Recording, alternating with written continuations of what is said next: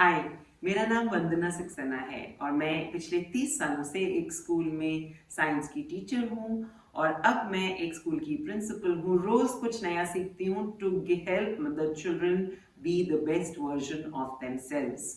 अगर आपको मेरा वीडियो पसंद आया तो इसको लाइक कीजिए, सब्सक्राइब कीजिए और शेयर कीजिए अपने उन दोस्तों के साथ जिनको इस वीडियो को सुनने से फायदा हो सकता है, क्योंकि इस वीडियो में हम बात करेंगे 3 simple ways of helping adolescents manage their emotions. And आखिर तक जरूर सुनिए इस वीडियो को, क्योंकि एज अ टीचर जब आप एक एडोलेसेंस की क्लास में एंटर करेंगे then you need to be empowered with strategies to help children manage their own emotions. सबसे पहली चीज जिसके बारे में हम सब टीचर्स को पता होना चाहिए कि कभी कभी एडोलेसेंट्स सिर्फ चाहते हैं कि हमारी बात सुनी जाए।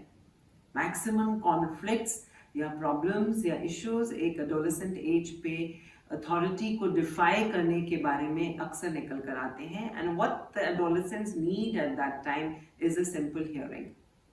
ये चीज जरूर जान लीजिए कि जरूरी नहीं जब आपके सामने कोई बात रखी जाती है तो as a teacher the adolescent is expecting कि आप कोई मिरेकल या जादू खुद ले आएंगे।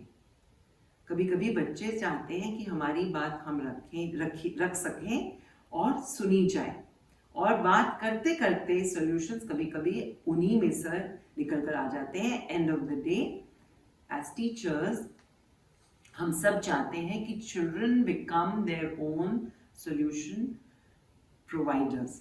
वो अपनी सॉल्यूशंस खुद ब खुद निकाल कर लाएं। यही हमारी टीचिंग का मकसद होता है। उसके लिए रिमेंबर एक्टिव लिसनिंग की स्किल को जरूर कल्टिवेट कीजिए। अपनी बॉडी लैंग्वेज में एक एम्पैथेटिक स्टांस होना जरूरी है। उनकी पूरी बात को ध्यान से सुनिए।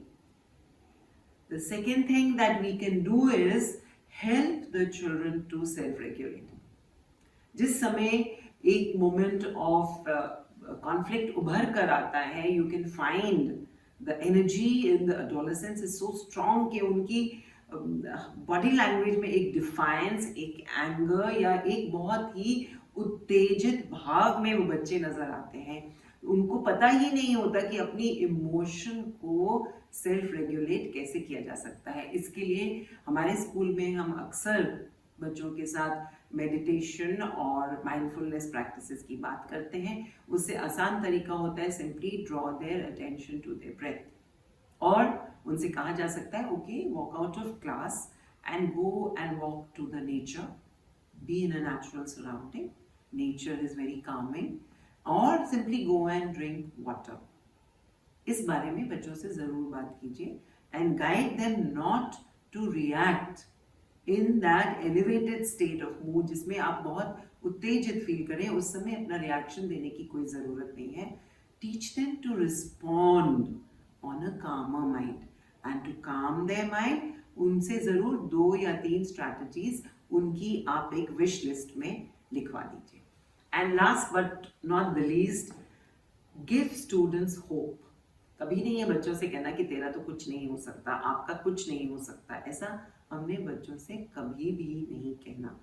As teachers and even as administrators हमें कुछ ना कुछ ओवर द ईयर्स बच्चों की पर्सनल लाइफ के बारे में, फैमिली सिचुएशन के बारे में, सिबलिंग्स के बारे में, फ्रेंडशिप स्टाइल्स के बारे में, इकोनॉमिक स्टेटस के बारे में कुछ ना कुछ एडिशनल इंफॉर्मेशन हमारे पास जरूर होती है।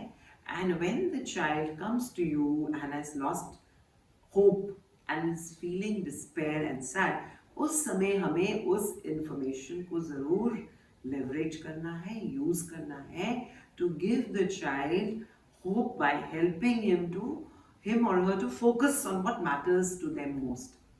हमें ये पता होना चाहिए with intuition and through experience, हमें ये इसकी नॉलेज अपने आप आ जाती है। We develop this ability to know what the child wants and बार बार हमने उस फोकस को बच्चे के उसके गोल की तरफ लेके जाना है बातें करते करते। And automatically this is a solution based approach and helps the adolescent to cope with emotional stress which comes very often in their lives. So let's review three things that we can do to help the adolescent fight with emotional stress. First thing is give them hope in all situations by focusing on what matters to them most. The second thing is empower them to self-regulate with simple strategies like breath awareness, listening to music or drinking water, going for a walk down to the nature. And the most important thing and very, very useful is to understand in this situation if we are expected to listen or provide a solution.